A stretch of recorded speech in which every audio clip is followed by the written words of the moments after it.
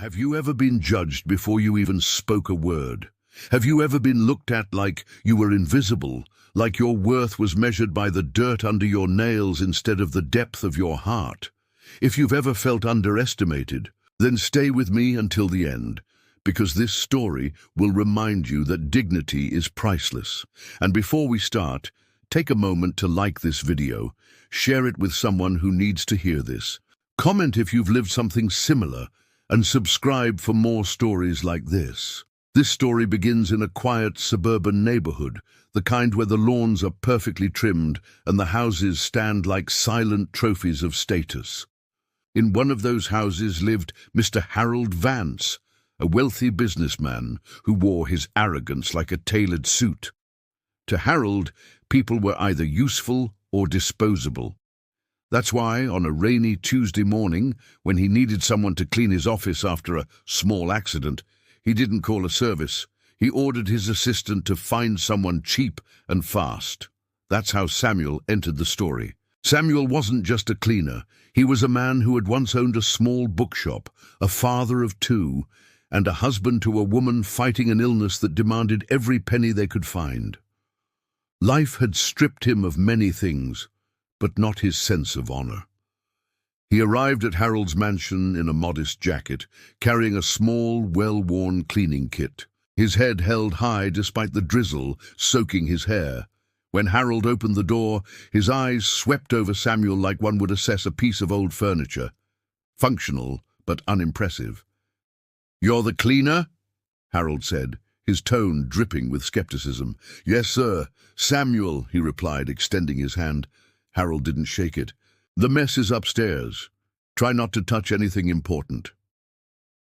Samuel nodded silently, but inside he felt the sting of that dismissal.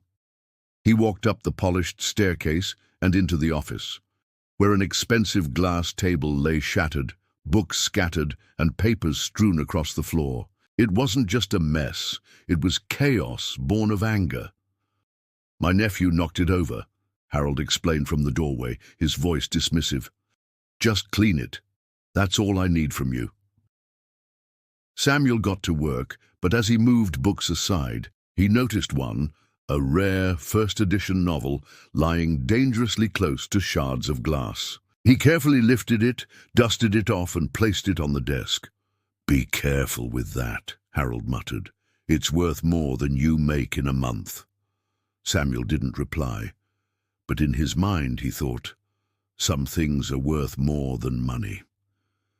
Outside the office, Harold's sister Margaret watched quietly. Unlike her brother, she noticed the way Samuel handled things, with patience, with care, with respect. She stepped closer. "Do you read?" she asked softly. Samuel smiled faintly. "Every chance I get." Harold, overhearing, scoffed. "Don't bother, Margaret. He's here to clean, not to talk about books." Samuel said nothing, but Margaret noticed something in his eyes, a quiet resilience, the kind that speaks louder than any argument. The rain outside grew heavier, tapping against the large bay windows. In that moment, Samuel's presence seemed to bring more order to the room than just tidying up. He was restoring something invisible, something Harold couldn't see. But Margaret could, and soon so would the rest of the family. The lesson Harold thought he was teaching Samuel, about knowing, one's place, was about to turn into the lesson Harold himself desperately needed, and it would all begin with one unexpected conversation that night. As Samuel finished sweeping the last shards of glass into his dustpan, Harold was already on his phone, pacing, barking orders at someone about stocks and deadlines. The kind of man who couldn't stand silence, because in silence you might hear your own conscience. Samuel quietly placed the cleaned books back on the shelves, arranging them with care, even though no one had asked him to. Margaret, still standing by the doorway, tilted her head slightly. "You arranged them by author?" she asked. Samuel nodded. "By author, and then by year. Makes it easier to see the story of a library." She smiled, but Harold rolled his eyes. A cleaner with an opinion about libraries. That's rich. Samuel kept his head down, not because he was ashamed, but because he understood something Harold didn't. Some battles are won in silence, by letting time do the talking. As the hours passed, the rain outside turned into a storm. Thunder rattled the windows, and Margaret offered Samuel tea. Harold shot her a look, but she ignored it. "Thank you," Samuel said politely, holding the warm cup with both hands. They sat briefly while Harold left the room to answer another call. Margaret leaned closer. "You seem like someone who's lived more than you tell." Samuel gave a small smile. "We all have chapters we don't read out loud." She nodded thoughtfully, sensing depth in his words. Moments later, Harold stormed back in, visibly agitated. "Samuel, hurry it up. I have guests arriving, and I don't want them seeing you in here." Samuel simply replied, "Almost done, sir." Harold sneered. "Good. This isn't charity work." That jab lingered in the air, but before Samuel could respond, a loud knock echoed through the mansion. Harold went to answer it. His business partner, Mr. Lawson, a stern man with sharp eyes and an even sharper memory. As the two spoke, Mr. Lawson's gaze drifted toward Samuel. "Wait, do I know you?" Samuel looked up, surprised. "Perhaps, sir. I used to own a small bookshop downtown." Lawson's expression softened. "Yes, Lawson and Reed used to buy rare editions from you. You once tracked down a signed copy of The Old Man and the Sea for my wife's birthday." Harold's eyes narrowed. "You were a bookseller?" Samuel nodded humbly. "Until life had other plans." Mr. Lawson turned to Harold, almost incredulous. "And now he's cleaning your house. Harold, do you know the kind of dedication it takes to run a place like that? This man once saved me from spending thousands on a fake collectible." Harold brushed it off, but there was a crack in his arrogance now. He mumbled something about different worlds, but Margaret caught the shift in his tone. Samuel quietly finished his work, thanked Margaret for the tea, and prepared to leave. But just as he reached the door, the storm knocked out the power. Harold cursed, fumbling with his phone's flashlight. In the dim light, Samuel calmly moved toward the breaker box in the basement. "I can fix it," he offered. "I used to do my own repairs at the shop." Harold hesitated, then grudgingly allowed it. Within minutes, the lights flickered back to life, and the house hummed with electricity again. Margaret smiled warmly. "Seems Samuel knows more than just cleaning." Harold didn't respond, but something had shifted in the way he looked at Samuel. Not respect, not yet, but the first reluctant step toward it. Still, Harold had no idea that his next act of arrogance would lead to the moment that undid him entirely. 2 days later, Harold called Samuel again, not because he wanted to, but because another incident had left his office in disarray. Samuel arrived on time, as always, carrying the same modest cleaning kit. But this time the atmosphere was different. Margaret greeted him warmly at the door, while Harold, sipping his coffee, barely acknowledged his presence. "Same deal as before," Harold said. "Just don't touch the desk this time." Samuel nodded, heading upstairs. As he worked, Harold's voice carried through the house. He was on a video call with several board members, speaking in that polished, self-important tone that came so naturally to him. But Samuel overheard enough to realize Harold was in trouble. Words like ethical concerns, public perception, and reputation damage floated in the air. When the call ended, Harold entered the office, clearly agitated. "You ever get the feeling," he muttered, "that people want you to fail?" Samuel paused, looked at him and said quietly, "Sometimes they don't want you to fail. They just want you to remember who you were before the success." Harold scoffed. "Spare me the philosophy. You wouldn't understand." Samuel didn't reply. He simply kept working, but Margaret, who had been standing near the doorway, caught his words and gave him a knowing look. A short while later, Harold's nephew, Alex, burst into the room. A teenager, with a restless energy. "Uncle Harold, did you get my text? The school project—" "Not now, Alex," Harold snapped. "Can't you see I'm busy?" The boy's face fell, and he muttered, "You're always busy."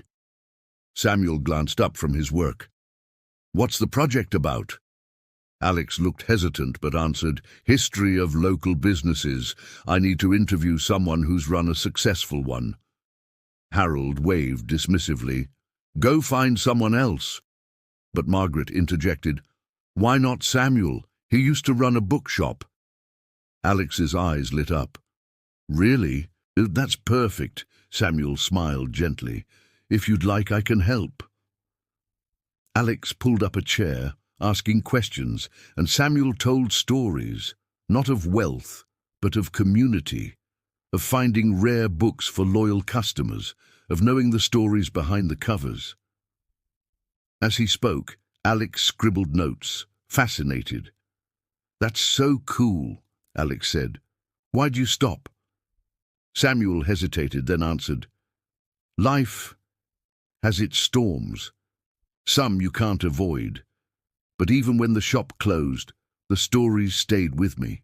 Harold, standing in the corner, rolled his eyes but stayed silent.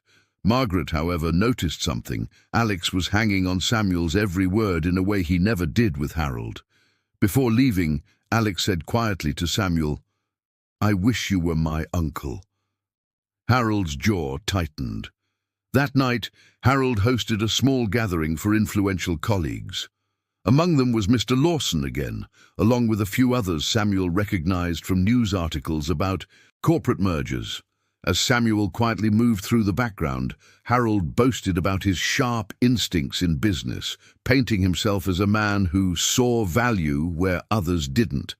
But when one guest pointed to Samuel and asked, "And who's this?" Harold smirked. "Just the cleaner." Mr. Lawson's eyes narrowed. "Just? Harold, this man once saved me from being conned on a deal worth more than your yearly car budget." An awkward silence filled the room. Harold laughed it off, but the moment lingered. Samuel excused himself, but inside he knew Harold's world was built on perception, and tonight a crack had just formed in its foundation. The fall hadn't begun yet, but the ground was starting to give way. The following week, Harold's call came again, but this time it wasn't about cleaning. His voice was tight, almost hesitant. "Samuel, I need someone I can trust. There's a situation at the office. Can you come by?" Samuel didn't ask questions. He arrived to find Harold pacing, documents scattered across his desk. "I've been accused of mishandling funds," Harold said quickly. "It's nonsense. But the auditors are combing through everything. I need someone meticulous to organize these files before they arrive." Samuel glanced at the mountain of papers. "I can help," he said simply. Harold nodded, his pride swallowing the fact that he was asking for help from the man he'd once dismissed. Hours passed in quiet focus. Samuel's methodical approach turned chaos into order. As he worked, he spotted a discrepancy, an old contract that had been altered after signing. He set it aside and showed Harold. "Where did you find this?" Harold asked sharply. "Buried in the wrong folder," Samuel replied. "This could be important." Harold's eyes darted nervously. "Important, yes, but maybe best if no one sees it." Samuel paused. "Hiding it won't clear your name. Facing it might." Harold bristled. "You think you know better than me." "No," Samuel said calmly. "I just know that integrity is the only thing you can't rebuild once it's gone." Before Harold could reply, Margaret entered with tea. She noticed the tension but said nothing, just placed the cups down and left. The next day, Samuel received a call. Not from Harold, but from Alex. "Hey, Mr. Samuel, I got an A on my project. The teacher said my interview was the best in class. I wanted to thank you." Samuel smiled. "I'm glad it helped you." What Samuel didn't know was that Alex had also shared the story with his classmates. How a man who once owned a bookstore now worked as a cleaner, yet spoke with more wisdom than the people wearing suits. The story spread, reaching ears Harold never expected. That weekend, Harold hosted another gathering, this time to reassure his investors. Samuel was there quietly serving drinks. One investor, an older woman named Mrs. Green, struck up a conversation with him. "You're the man from the school project?" she asked. "Yes, ma'am," Samuel said, surprised. "Well," she said with a smile, "Alex spoke highly of you. More highly than of his uncle, I might add." Harold overheard, his jaw tightening. He tried to change the subject, but Mrs. Green pressed on. "Sometimes, Harold, the people who work for you teach more about leadership than the people you hire to lead." The room went still. Harold forced a laugh, but the blow landed. Later that night, after the guests had left, Harold stood in the doorway as Samuel gathered his things. "You know," Harold said quietly, "you've been in this house 3 times now, and every time people leave talking about you, not me." Samuel looked at him, his voice steady. "Maybe they're not talking about me, Harold. Maybe they're talking about what's missing in you." Harold didn't reply, but his eyes, for the first time, showed something other than pride, something dangerously close to self-reflection. The next call Samuel would get from Harold would be the one that changed everything. It came on a cold Thursday morning. Harold's voice was sharper this time, almost panicked. "Samuel, I need you at my office, now!" When Samuel arrived, the scene was chaos. Employees whispering in corners, boxes being packed, and Harold sitting in his glass-walled office with his head in his hands. "They've suspended me," Harold said flatly. "The board thinks I mishandled client accounts. They're holding a vote this afternoon. If I lose, I'm out." Samuel stood silently for a moment, then walked over to the same stack of files he had organized before. "Did you tell them about the altered contract?" Harold avoided his eyes. "No, I thought I could fix it quietly." Samuel shook his head. "Sometimes hiding the truth just speeds up the fall." Before Harold could respond, the door opened, and in stepped Mr. Lawson, accompanied by Mrs. Green and 2 other board members. "Harold," Lawson began, "we're here to review the documentation before the vote. We want transparency." Harold tried to maintain his composure. "Of course, everything's in order." But Mrs. Green's gaze shifted to Samuel. "And you, Samuel, do you believe everything is in order?" Harold froze. The room went silent. Samuel took a slow breath. "I believe the truth is in there. Whether it's been shown to you is another matter." He walked to the organized files and pulled out the altered contract. "This is what the auditors will want to see. It's not my place to judge, but it is my place to be honest when asked." The board members examined the document, their faces hardening. Harold's voice cracked. "Samuel, why would you—" "Because integrity is worth more than loyalty to someone who's lost his own," Samuel replied calmly. The vote happened within the hour. It wasn't close. Harold was removed from his position, the company citing breach of trust. As the news spread through the office, people looked at Samuel with a mix of curiosity and respect. He hadn't sought Harold's downfall. It had been Harold's own choices that led him there. Outside, as Harold left carrying a single box, Margaret stood waiting. She glanced at Samuel. "You didn't tear him down. You just refused to hold up the lies." Samuel nodded. "He'll learn, or he won't. That's not mine to decide." Harold passed by without a word, his once confident stride now weighed down by the reality he could no longer ignore. But fate wasn't done with him or with Samuel, because just a week later, Samuel would receive an invitation that would change the balance between them forever. The envelope was thick, with Samuel's name written in an elegant hand. Inside was a formal invitation to a gala, an event hosted by the city's cultural council to honor individuals who had contributed significantly to the preservation of local history and literature. At first, Samuel thought it must be a mistake, but then he read the smaller print. "In recognition of your years of dedication to literature, community enrichment, and historical preservation." Margaret had nominated him without telling him. The gala was held in the Grand hall of the city museum, chandeliers sparkling overhead, the air filled with the quiet hum of conversation. Samuel wore a modest suit, the same one he'd worn to his daughter's graduation years ago. As he walked through the entrance, people greeted him warmly. Former customers from his bookstore, community leaders, even teachers who remembered his generosity with school donations. Near the center of the room stood Harold. He wasn't dressed in his usual sharp arrogance. His suit seemed almost too big on him now, and the confident smirk had been replaced by a guarded expression. Their eyes met. For a moment, Harold seemed unsure whether to approach, but eventually he made his way over.